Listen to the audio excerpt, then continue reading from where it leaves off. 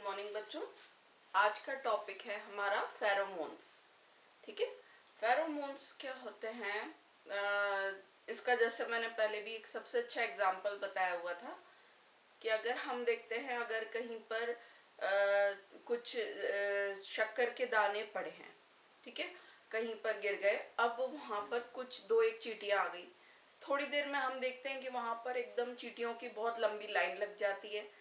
तो ये चीज़ कैसे होती है कि कहीं पर बीच में, कहीं कमरे में या कहीं बहुत दूर जहाँ कोई चींटियों का पता नहीं है, वहाँ एक आध ने आके, तो वो कैसे उन्होंने दूसरी चींटियों को बताया?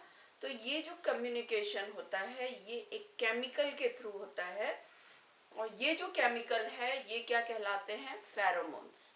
ठीक है, तो हमारा जो आज का टॉपिक है वो है फेरोमोन्स। ठीक है, और ये फेरोमोन्स जो रहेंगे ये क्या है? रासायनिक पदार्थ हैं जो जंतु स्त्रावित करते हैं, chemical substances which secrets from animal. ठीक है, और ये जो सब्सटेंसेस होंगे ये किस लिए होते हैं? कम्युनिकेशन के लिए या संचार के लिए।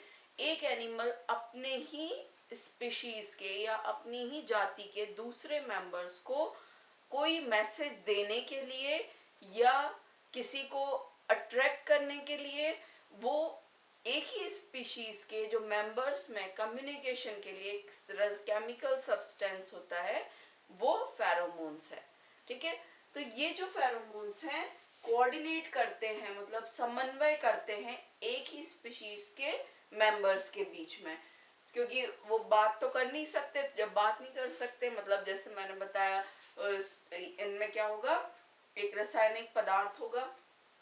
ठीक है, तो ये जो केमिकल्स होते हैं, जैसे हम इसका एग्जाम्पल, कुछ एग्जाम्पल्स हैं, जैसे कि हम कहेंगे अगर हम नदी के किनारे मान लो जा रहे हैं और वहां पर अगर पैर से कोई स्नेल, जो हम कहते हैं ना, घोंगा, घोंगा जो होता है स्नेल, अगर वो कोई दब के मर जाए तो वो क्या करेगा? ऐसे केमिकल्स या हम कह सकते हैं फेरोमोन सिक्रीट करता है जो बाकी के स्नेल्स को अलर्ट कर देते हैं कि वो और नीचे पानी में चले जाए, नहीं तो वो भी मर सकते हैं।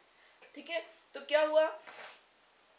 उन्होंने मरते मरते भी दूसरे फेरोमोन ऐसा सब्सटेंसेस निकाले जो बाकी को अलर्ट कर गए। ठीक है, तो ये इस तरीके से कुछ इसमें फेरोमोन्स का हम कह सकते हैं, या जैसे हनी बीज में हो रहा होता है। ठीक है, तो क्या होता है कि हनी बीज जो होती हैं, अगर किसी आदमी को मधुमक्खी ने काटा तो वो क्या करता है? मान लो उसने उसको मार दिया मधुमक्खी को, तो वो मरते मरते एक ऐसा फेरोमोन सिक्रीट कर देती है कि बाकी की मधुमक्खियां उसके ऊपर अटैक करने आ जाती हैं। वो मैसेज, वो जो फेरोमोन था, रासायनिक पदार्थ था, हवा के द्वारा वहां तक दूसरी मधुमक्खियों तक पहुंचा और उन्होंने उन पर अटैक कर दिया। ठीक है, तो ये जो इस तरीके से क्या होते हैं? फेरोमोन्स काम करते हैं। ये एक रासायनिक पदार्थ। अब अगर ये टेरेस्ट्रियल एनिमल्स हैं या जल स्थल पर रहने वाले अगर जंतु हैं, उनमें अगर फेरोमोन्स है तो वो किसके द्वारा एक से दूसरी जगह जाएगा? हवा के द्वारा। ठीक है, और अगर पानी में है, पानी के जो एनिमल्स हैं और उनमें फेरोमोन सिक्रीट हो रहा है, तो वो किसके द्वारा जाएगा? पानी के द्वारा। ठीक है, तो एक जो एयर होता है टेरेस्ट्रियल एनिमल्स के लिए, एयर एक बहुत बड़ा एक कैरियर होता है जिससे कि फेरोमोन्स हवा के द्वारा इधर से कहीं अपना काम करते हैं। ठीक है, तो ये जो फेरोमोन्स हैं इनका अगर हम कंट्रोल देखेंगे, ये देखो, कंट्रोल ऑफ फेरोमोन सिक्रीशन, कि फेरोमोन का सिक्रीशन कंट्रोल कौन करता है? क्योंकि हर चीज क्या होगी, जनरली हम कहते हैं कि डिपेंड करता है कि उस चीज को कंट्रोल कौन कर रहा है। तो जैसे बार्थ एक साइंटिस्ट थे, उन्होंने कॉकरोचेस में, ठीक है, और एक मार्टिन साइंटिस्ट थे, बार्थ और मार्टिन, मार्टिन ने गिनी पिग, ठीक है,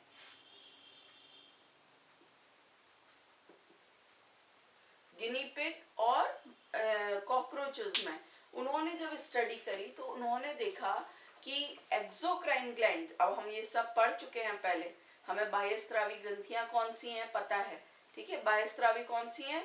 डक्ट वाली ग्रंथियां जिनमें नलिकाएं हैं। तो बाह्यस्रावी ग्रंथियां अंतःस्रावी ग्रंथियों को कंट्रोल करती हैं, और अंतःस्रावी जो ग्रंथियां रहती है एंडोक्राइन ग्लैंड, डक्टलेस ग्लैंड, वो क्या करती हैं? हार्मोन्स को कंट्रोल करती हैं, और हार्मोन्स जो होते हैं वो फेरोमोन्स के स्त्रवण या सिक्रीशन को नियंत्रित करते हैं, ठीक है। मतलब क्या हुआ, ये जो सिक्रीशन है वो किसके अंडर कंट्रोल रहा? ग्लैंड्स के। एक्सोक्राइन ग्लैंड ने एंडोक्राइन ग्लैंड को ऑर्डर दिए, और एंडोक्राइन ग्लैंड ने हार्मोन सिक्रीट किए, और ये जो हार्मोन होंगे ये फेरोमोन्स को कंट्रोल करते हैं। तो इस तरह से ये फेरोमोन्स का कंट्रोल हुआ। अब अगर हम कहेंगे ये जो फेरोमोन्स होते हैं ये बहुत कम आणविक, जनरली जो होते हैं वो कम आणविक भार, molecular weight, less molecular weight वाले होते हैं, और फैट और प्रोटीन के ये व्युत्पन्न होते हैं, ठीक है। जो फेरोमोन्स होंगे फैट और वसा या प्रोटीन के डेरिवेटिव्स या व्युत्पन्न होते हैं। इनका जो जनरली, क्योंकि हमने क्या कहा, फेरोमोन्स अगर टेरेस्ट्रियल एनिमल है तो हवा के, और नहीं तो पानी के थ्रू, मतलब कोई ये होंगे कैसे? वाष्पशील, या हम कहेंगे वोलेटाइल, ठीक है। तो फेरोमोन्स होते हैं वोलेटाइल नेचर के होते हैं, और जैसा हमने बताया पानी में होंगे तो उसमें हवा में, पानी में घुल करके दूसरी जगह जाएंगे, और हवा में होंगे तो हवा में घुल करके दूसरी जगह जाएंगे। तो इम्पोर्टेंट इनकी कैरेक्टरिस्टिक है कि फेरोमोन्स क्या होते हैं? वोलेटाइल नेचर के या वाष्पशील नेचर के होते हैं, ठीक है, और उनकी ही कॉलोनी के दूसरे एनिमल तक वो पहुंचता है। इनको अगर हम देखेंगे तो ये इनका कंसंट्रेशन, ये तभी एक से दूसरी जगह जाते हैं जब इनकी सांद्रता ज्यादा होती है, कंसंट्रेशन ज्यादा होता है, और जो दूसरा जंतु है वो पास ही होता है, ठीक है। वो जितना पास होगा उसका इफेक्ट उतना ही फेरोमोन का ज्यादा होगा। तो ये फेरोमोन, आई थिंक तुम लोगों को समझ में आ गया होगा फेरोमोन्स होते क्या हैं, ठीक है। अब हम देखते हैं फेरोमोन्स जो हैं ये जनरली अगर इसका केमिकल स्ट्रक्चर देखेंगे तो ये क्या होते हैं, एक हमने क्या कहा था, फैट और प्रोटीन के डेरिवेटिव्स हैं, व्युत्पन्न है। मतलब ये फेरोमोन्स जो होते हैं दो प्रकार के होते हैं, एक होते हैं स्मॉल कार्बन चेन्ड, मतलब छोटी कार्बन श्रृंखला वाले। अब कुछ फेरोमोन जो होते हैं वो क्या करते हैं, दूसरे एनिमल से बचाने के लिए, जैसे अगर उसने अपने अंदर से एक बहुत ही गंदा सा स्मेल निकाली, जैसे मैंने बताया था ना एक बार इसमें स्टार्टिंग में कि जो मेंढक होता है वो एक कैटरपिलर को खाता है, तो वो क्या हुआ, वो कैटरपिलर जैसे ही उसके मेंढक के मुंह में जाती है वो एक स्मेल निकालती है, तो वो क्या करता है, फ्रॉग उसको थूक देता है। तो क्या होगा, अगली बार जब वो दिखेगी तो उसको लगेगा कि नहीं ये खाने की चीज नहीं है। तो ये क्या होते हैं, अपने आप को बचाने के लिए। तो फेरोमोन्स भी दो टाइप के हो गए, एक तो फेरोमोन्स तब सिक्रीट हुए, ये केमिकल पदार्थ तब सिक्रीट हुए, रासायनिक पदार्थ, जब उस जंतु को खुद को बचाना है, ठीक है, तो अपने आप को बचाने के लिए। तो वो ऐसे जो केमिकल सब्सटेंसेस या ऐसे जो फेरोमोन्स होते हैं वो छोटी कार्बन श्रृंखला वाले होते हैं, स्मॉल कार्बन चेन फेरोमोन्स। और ये क्या करते हैं, इनका काम होता है जो संकट आया है कोई या डेंजर कुछ होता है उसके सिग्नल देना, ठीक है। एक जो फेरोमोन्स होते हैं वो बड़ी कार्बन श्रृंखला वाले होते हैं, लार्ज कार्बन चेन्ड फेरोमोन्स, और उनका काम होता है, दूसरा काम सेक्स अट्रैक्ट करने का। मतलब जो अपोजिट सेक्स है फीमेल्स को अट्रैक्ट करने के लिए फेरोमोन्स होते हैं। तो दो काम हो गए, एक तो खुद को बचाने का और दूसरा सेक्स अट्रैक्टेंट का। तो स्मॉल और लार्ज चेन दो टाइप के फेरोमोन्स हो गए, ठीक है। हम इसके आते हैं, अगर हम इसके मोड ऑफ वर्किंग, मतलब ये काम कैसे करता है, ठीक है। तो इसमें तीन मोड ऑफ वर्किंग, मतलब अब फेरोमोन्स तो हवा में स्रावित कर दिए जंतु ने, एनिमल ने सिक्रीट कर दिए एयर में, ठीक है। अब ये दूसरा एनिमल जो है वो इसको कैसे एक्सेप्ट करेगा, मतलब मोड ऑफ वर्किंग, क्रियाविधि। तो या तो वो उसे सूंघेगा, या वो उसको अंदर निगल के उसमें कोई चेंजेस होंगे, या वो कोई किसी चीज के कांटेक्ट में आएगा, संपर्क उस जो फेरोमोन है उसके संपर्क में आएगा, या उसको अवशोषित या एब्जॉर्ब कर लेगा। ठीक है, जैसे हम ऑल्फैक्शन कहते हैं, अगर कोई, जैसे ये जनरली जो इंसेक्ट होते हैं, या इंसेक्ट, या हम कहते हैं मैमल्स में ये जो रहेंगे, ये सूंघने के लिए जनरली सेक्स अट्रैक्टेंट के काम आते हैं। ठीक है, जैसे हम कहते हैं नहीं, जो ये होते हैं डिओड्रेंट्स में क्या होते हैं, इस टाइप के हॉर्मोन्स, यही फेरोमोन्स होते हैं जो दूसरे सेक्स को अट्रैक्ट करते हैं। तो ये मैमल्स में इस टाइप के हुए, इंसेक्ट में भी जनरली यही चीज होती है। तो दूसरा एनिमल उसको सूंघ करके और उसकी तरफ अट्रैक्ट होता है। ठीक है, दूसरा आता है हम इंजेक्शन, अंतर्ग्रहण के द्वारा। जैसे हम कहते हैं हनी बीज में जो क्वीन होती है उसकी मैंडिबुलर ग्लैंड से एक हार्मोन सिक्रीट होता है, उसे अल्फा कीटो डेकोनिक एसिड कहते हैं, अल्फा कीटो डेकोनिक एसिड। ये जो एसिड होता है ये क्या करता है, ये वर्कर के जब वो खाना खिलाता है, तो ये जब रानी को, क्वीन को खाना खिलाता है, तो ये एसिड उसके कांटेक्ट में आता है, वो उसको अपने अंदर ले लेता है वर्कर। और वर्कर क्या होती हैं, हमने क्या बताया था, स्टेराइल फीमेल्स, बंधे मादाएं। तो ये जो क्वीन के मैंडिबल से जो ये एसिड निकला है वो इन वर्कर्स के अंदर जाता है और इनको स्टेराइल बना देता है। ठीक है, बंधे बना देता है। तो ये फीमेल्स होते हुए भी ये इनकी ओवरीज जो है ओवा फॉर्म नहीं करती। ठीक है, तो ये क्या हुआ, उन्होंने जो उनके मैंडिबल का एसिड थे उसको अपने अंदर निगल लिया। तो ये इंजेक्शन से इस तरह काम करता है। ठीक है, फिर हम आते हैं बाय कांटेक्ट और एब्जॉर्प्शन, स्पर्श के द्वारा या अवशोषण के द्वारा। तो जैसे हम इसमें कहते हैं, जो हमें पता है टिड्डी होती हैं, ग्रास हॉपर्स, इनमें क्या होता है, इनके जो लार्वा होते हैं उनको हम क्या कहते हैं, निम्फ। तो जो निम्फ है वो इन लार्वा के निम्फ जो होते हैं लार्वा, इन एडल्ट्स के, अपने एडल्ट्स के फेरोमोन्स के कांटेक्ट में आके एडल्ट में चेंज हो जाते हैं। तो ये क्या हुआ, उनके फेरोमोन्स ने इसको स्टिमुलेट किया। तो इस तरीके से ये क्या होते हैं, ये हॉर्मोन्स, फेरोमोन्स काम करते हैं, सूंघ करके, बाय ऑल्फैक्शन, बाय इंजेक्शन निगल करके, या बाय कांटेक्ट और एब्जॉर्प्शन। ठीक है, अब आप आते हो कि ये जो फेरोमोन्स हैं ये कितने प्रकार के होते हैं। तो मतलब इनके एक्शन के अकॉर्डिंग, ये काम किस तरह का कर रहे हैं, इसके अकॉर्डिंग इनकी दो क्लासेस होती हैं, दो वर्ग होते हैं इनके। एक होते हैं रिलीजर इफेक्ट, मोचक प्रभाव वाले फेरोमोन्स, और एक होते हैं प्राइमर इफेक्ट। ठीक है, प्राइमर इफेक्ट फेरोमोन्स। तो ये जो, अगर हम रिलीजर इफेक्ट कहते हैं, रिलीजर मतलब नाम से समझ गए, रिलीज करने वाला मोचक हार्मोन। हमें पता ही है, हम हाइपोथैलेमस में जाते हैं, हाइपोथैलेमस कौन से हार्मोन सिक्रीट करता है, रिलीज करने वाले, कि इस चीज को रिलीज करो, और फिर पिट्यूटरी ग्लैंड उसे सिक्रीट कर देती है। तो सीएनएस ऑफ रिसेप्टर एनिमल, मतलब जो फेरोमोन है वो ग्राही, जो भी ग्राही एनिमल है जो उसे ले रहा है फेरोमोन, जैसे ही उस एनिमल के एनिमल उसे एक्सेप्ट करता है उस फेरोमोन को उसका सीएनएस, सेंट्रल नर्वस सिस्टम, केंद्रीय तंत्रिका तंत्र, ये एक्टिवेट हो जाता है। फेरोमोन्स जैसे ही लिया उस एनिमल ने, ग्रहण किया, वैसे ही क्या होगा, फास्ट और रिवर्सिबल चेंजेस होते हैं, बहुत तेजी से और रिवर्सिबल चेंजेस होते हैं बिहेवियर में।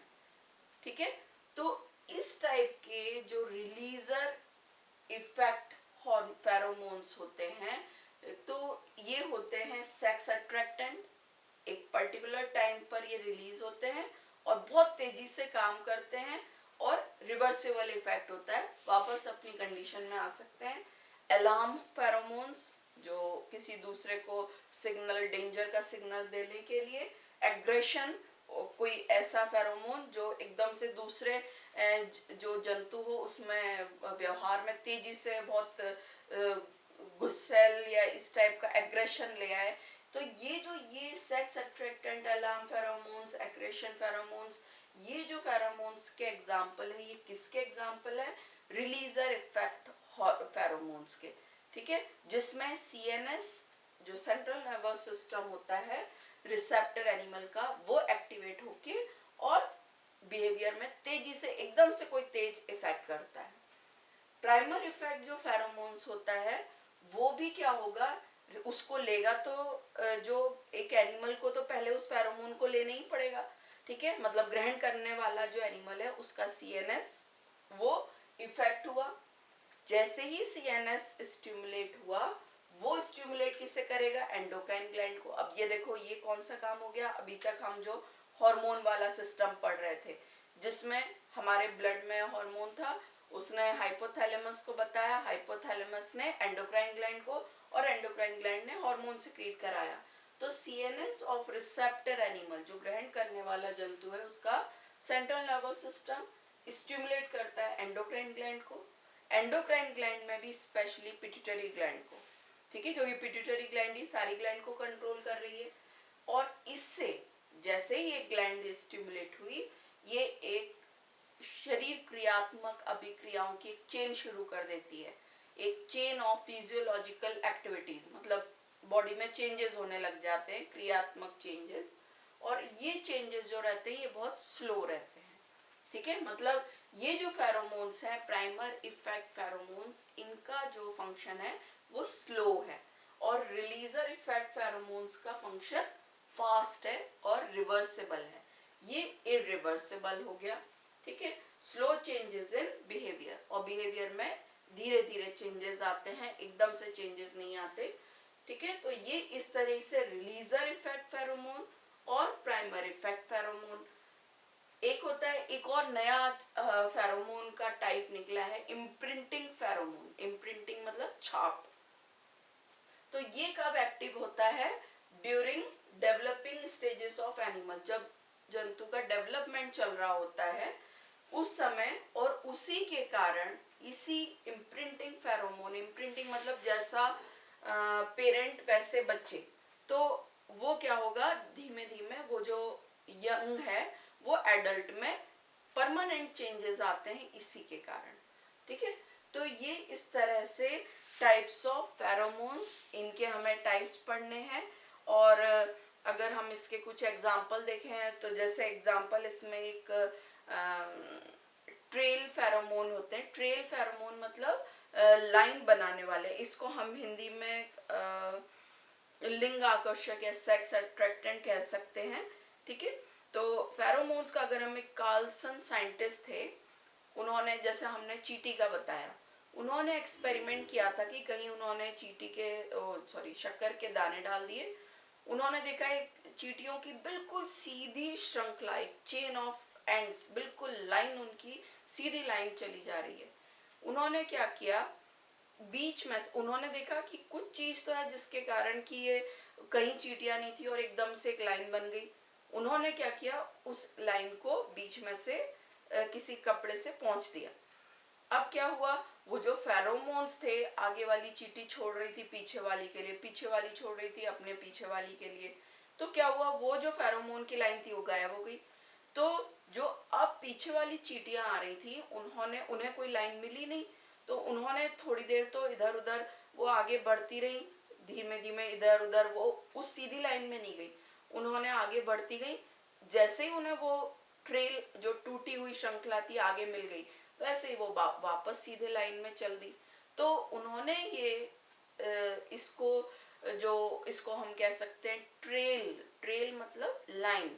एक जैसे अगर कोई पॉकेट में छेद कर दें, उसमें कुछ भरा हुआ है, तो एक वो रिश्ता हुआ चला जाएगा, तो इसे ट्रेल, जो लाइन जा रही है वो पीछे जो रह जाएगी, लाइन रह जाएगी, वो ट्रेल कहलाती है।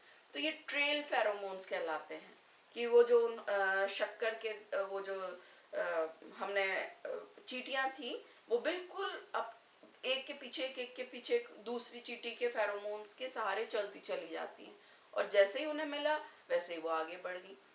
एक उसमें विजुअल फेरोमोन्स भी होते हैं, या हम कह सकते हैं कि सूंघ के, जैसे उन्होंने एक साइंटिस्ट थे, इन्होंने बोनेट ने बताया था, फैबर नाम के साइंटिस्ट थे, उन्होंने क्या किया, एक फीमेल मॉथ को एक जाली के कंटेनर में रख दिया। अब फीमेल मॉथ ने क्या हुआ, कोई ना मॉथ जो होती है उसने कुछ ऐसे फेरोमोन्स छोड़े, तो क्या हुआ, वो जो मेल थे वो उसकी तरफ उस जाली के अंदर तो आ नहीं पाए, पर बाहर वो इकट्ठे हो गए। अब जब उन्होंने क्या किया, इस नेट की जगह उन्होंने कांच का जार रख दिया। अब कांच के जार होने से क्या हुआ, वो फेरोमोन तो बाहर जा नहीं पाए, तो क्या हुआ, वो मेल मॉथ को दिख रही हैं पर वो उस तरफ नहीं आ रहे। ठीक है, तो ये जैसे ही वो जाली उन्होंने रखी, वो उसकी मतलब क्या हुआ, फीमेल्स ऐसा फेरोमोन छोड़ रही थी जो दूसरे सेक्स को अट्रैक्ट कर रहे थे। ठीक है, तो ये कुछ एग्जाम्पल हैं जिनमें आप ये शो कर सकते हो कि फेरोमोन्स अपना काम कैसे, या तो एक के पीछे एक छोड़ते हुए या सेक्स अट्रैक्टेंट के फॉर्म में। ठीक है, तो ये जो फेरोमोन्स हैं ये कंप्लीट हुआ। नेक्स्ट क्लास में हम नेक्स्ट टॉपिक पढ़ेंगे।